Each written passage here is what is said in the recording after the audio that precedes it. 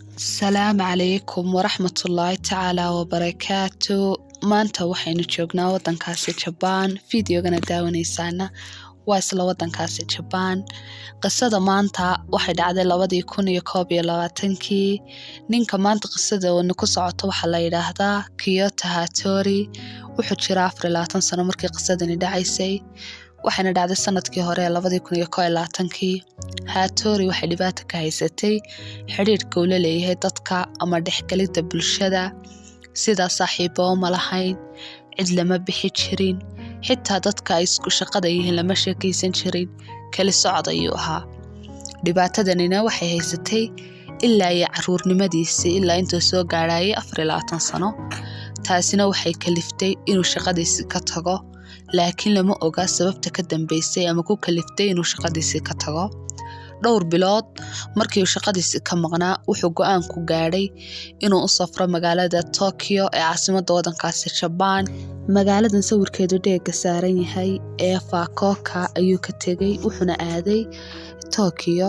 waxa lagu yeeshay markii Tokyo tegay deyman aad u badan, ma shaqayn jirin, marba hodheel buuna aadi jiray oo seexan jiray, mar wax ka cuni jiray. waxa uu Hattori caan ku ahaa inuu aad u jeclaa shakhsiyadan Joker ayaa waxay tahay shakhsiyadda ugu xun uguna saameynta xun ee dadkan filimaanta sameeya ay sameeyeen, iyada oo dad badan ay ku daydeen geysteena dilal aad u badan. 31 Oktoobar 2021 dhammaan dadka reer Tokyo sida ay sanad walba sameeyaan waxay iskugu soo baxeen si ay ugu dabaaldegaan ciida Halloween-ka, iyagoo sita qofba shakhsiyadii uu jeclaa, mid reer aakhirad iska dhiga, mid zombie iska dhiga, mid Joker iska dhiga. dadka reer Japan aad ayay ugu dabaaldegaan ciidan. Haddaba Hattori waxa uu go'aansaday inuu xidho iskuna ekaysiiyo shakhsiyadda waadka u jeclaa ee Joker. wuxuuna soo qaatay lighterkan sigaarka lagu shito iyo 10 caagadood oo gaasta lighterka ah.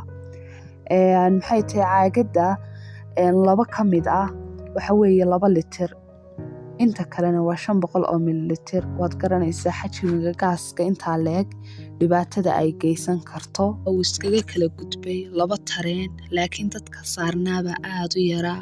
wuxuuna doonayay inuu ka xusho tareenka ugu dadka badan si uu u gubo. falkaana waxa uu qorsheysanayay intaan ciidan Halloween-ka la gaadhin bil ka hor. waxaana uu maleynayay dadka uu dilayo inay tahay shayga keliya ee soo afjaraya dhibaatada shaqada ka haysata. 6:40 daqiiqo ayuu doortay tareenkii ugu dadka badnaa, waayo waa marka ay dadku ugu badani soo raacaan tareemada si ay guryahoodii ugu noqdaan oo shaqadoodii uga soo noqdaan. meeshii ugu dadka badnayd buu fadhiistay, waxa uuna go'aansaday inuu falkaa fuliyo marka uu tareenku dhaqaaqo, waayo marka uu tareenku dhaqaaqo hore uma sii istaagayo. ninka tareenka wadana inta loo qaylinayo ayay meesha gubanaysaa, oo tareemadu aad ay u kala dhaadheer yihiin, maaha sida gawaadhida. markaa tareenka ayaa dhaqaaqay, waxa uu la soo baxay maado gubaysa jirka iyo mindi. Hattori waxa ag fadhiyay qof da'diisa lagu qiyaasay 31 sano. waxa uu yiri maxaa kaasiya, waa maxay waxaad samaynaysaa?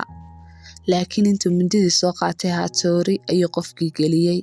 nasiib wanaag wadnaha ma gaadhin, sidaa darteed qofkaasi ma dhiman.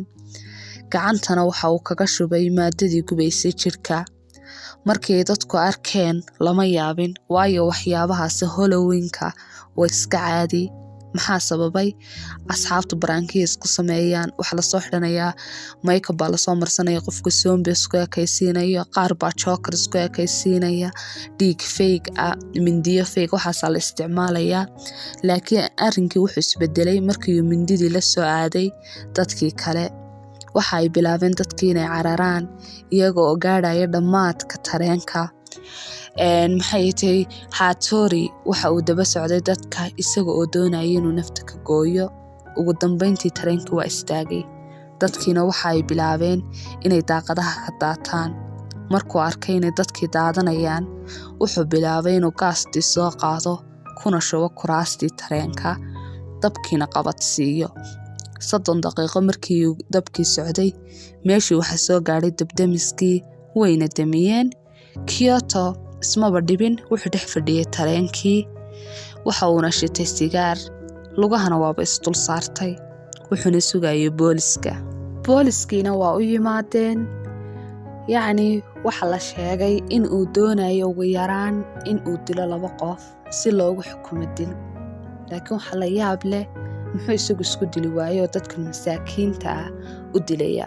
dhacdooyinkaasna waa kuwa soo noqnoqda, qof mindi iska sita oo doonaya in dil loogu xukumo si uu u dilo dadka kale. isla October iyaduna waxa dhacday in Japan nin soo qaato caagad saliida iyo lighter iyo mindi doonana in uu gubo tareenka dhexdiisa. laakiin markiiba waa laga soo gaadhay, inkastoo uu geystay dhaawacyo dad badan, waayo isna wuxuu sitay mindi oo isticmaalayay. dadkan Hattori uu dhibaatada u geystay waxa soo gaadhay dhaawacyo yaryar oo fudud marka laga saaro qof jiray 70 oo isagu dhaawaciisu cuslaa, laakiin ugu dambeyntii iska caafimaaday. Islala galay wuxuu sheegay inuu aad u jecel yahay shakhsiyadan Joker, weligiisna uu jeclaa, uuna go'aansaday inuu falkan sameeyo bil ka hor intii aanu falkani dhicin. laakiin dadkii yaqaanay aad ayay ula yaabeen, waayo Hattori wuxuu ahaa wiil qalbi wanaagsan, cidna aan dhibi jirin, iska daa bini'aadana xitaa xayawaanka ma dhibi jirin. aad ayay ula yaabeen, lamana garanayo sababta ku kaliftay. waan rajeynaya inaad ka hesheen. intaynu ku kulmayno fiidiyowga ku xiga waxaan idinkaga tegayaa salaamullaahi calaykum waraxmatullaahi tacaala wabarakaatu.